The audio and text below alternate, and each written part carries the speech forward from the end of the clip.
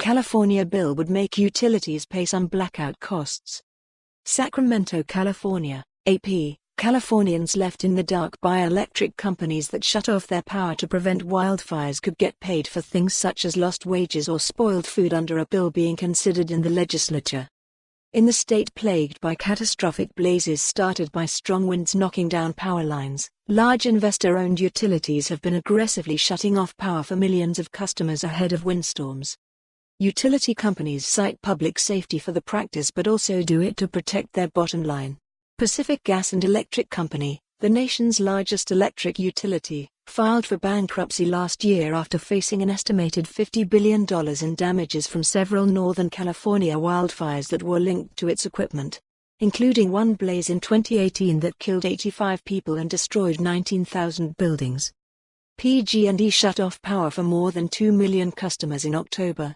The blackouts caused major disruptions throughout the region, closing schools and businesses and making it more difficult for people who rely on medical devices powered by electricity.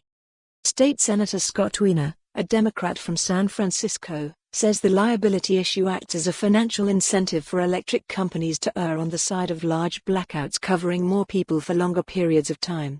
Wiener said he designed his bill to act as an incentive for utility companies to have smaller, more targeted blackouts. The bill would require investor-owned utilities to reimburse customers and local governments for some costs associated with blackouts. It would require an electric company's shareholders, not its customers, to put money into a fund to reimburse customers within 2 weeks of a blackout. It would also ban electric companies from raising rates to cover losses from a blackout. The California Public Utilities Commission would oversee the fund and decide how big it should be.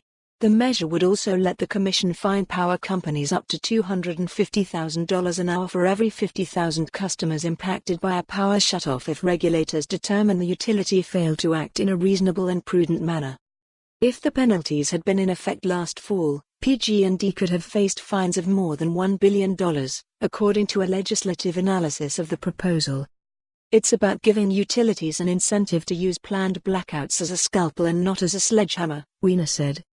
Others worry the bill would spook electric companies into being too cautious with blackouts, thus increasing the risk of deadly wildfires. I believe it gives perverse incentives that could harm people, said State Senator Bill Dodd, a Democrat from Napa.